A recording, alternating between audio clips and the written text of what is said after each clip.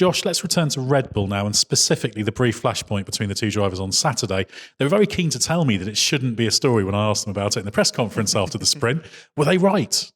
No, is a very, very short answer. The slightly longer answer is that, these are two drivers in the dominant car of the season, and they almost collided on the opening lap. It was one of the rare occasions where Verstappen's been challenged wheel to wheel this season with actual sort of meaning, as if Perez had got past him then maybe the race would have played out differently and there could have been a rare defeat inflicted. So yes, it should have absolutely been a story, but on their part, I thought they both handled it extremely well after the race.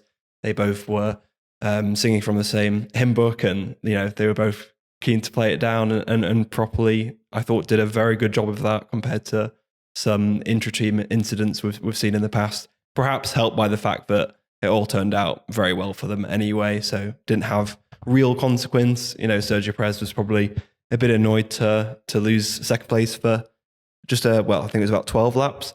Had the rain remained or had the rain intensified rather, and it not dried out, perhaps he'd have had a bit more of a difficult time. He'd have still probably come through to second place. Maybe he'd have been a bit more annoyed then, but considering by halfway through the sprint, it was back to a Red Bull 1-2, and Verstappen clearly had the upper hand. I think neither were particularly bothered. I think both of them know, especially Perez, this is not the incident to kind of kick up a big fuss about. When you're in a position like that, I feel like you've got to kind of pick your moments in sort of what you make a public outburst on. And this one was nowhere near being anything like something that you should be publicly furious about. They did a good job, I think, of clearing the air in the garage between them. Like not their garage, the FIA garage. You could see a bit of the exchange on television afterwards. It was smart to get ahead of it. Well, obviously, we saw in Brazil last year what can happen when they let it run, and when it looks a little bit like Red Bull have to intervene and knock their heads together and say stop doing this. Like they dealt with it between themselves before they then stood in front of the media. So I thought it was quite clever. And Perez even told Verstappen, I think, that he couldn't see him, and Verstappen seemed to accept that. And they both reiterated that to everybody. So, as you said, they sorted it, and that really helped. He could see him, though, because he could see him looking in the mirror when in slow-mo. Yeah, because you see he moves across to cover someone that might be there, and then he has a proper look, and then he goes across, yeah. It confirms he is there and keeps going across. And even if he didn't know it was Max, he knew it was a car, and there was a high probability it would be Max. So, I agree completely that they did handle it very well.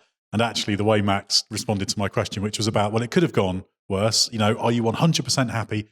Everything was fine with what happened there, and there's nothing to learn. So Max quite cleverly sort of turned it and said, you're just looking for clicks, etc. I thought it was quite a clever answer from him. It didn't answer the question.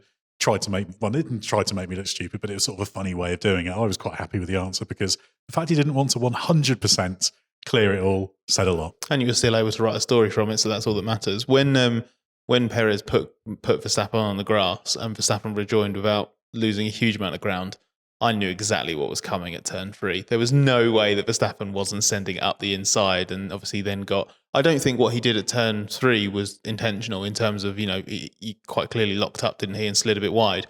That move down into turn 4, it had echoes of Hamilton versus Rosberg about it. But they're also good because actually Verstappen's pass at turn 3 was, I'd call it a block pass, in that he just got the car there in front of Perez. I don't think it was intentional. That was fine. And the turn 4 one was, regardless of how it happened, it was a classic pin, wasn't it? It was like pin someone on the outside. That's what I mean. I think so. They were both, regardless of how they happened, they were both fine anyway. Yeah, I think turn 4 was the one that was more calculated. Turn 3 was the lunge, and then he just got it stopped. I think that was.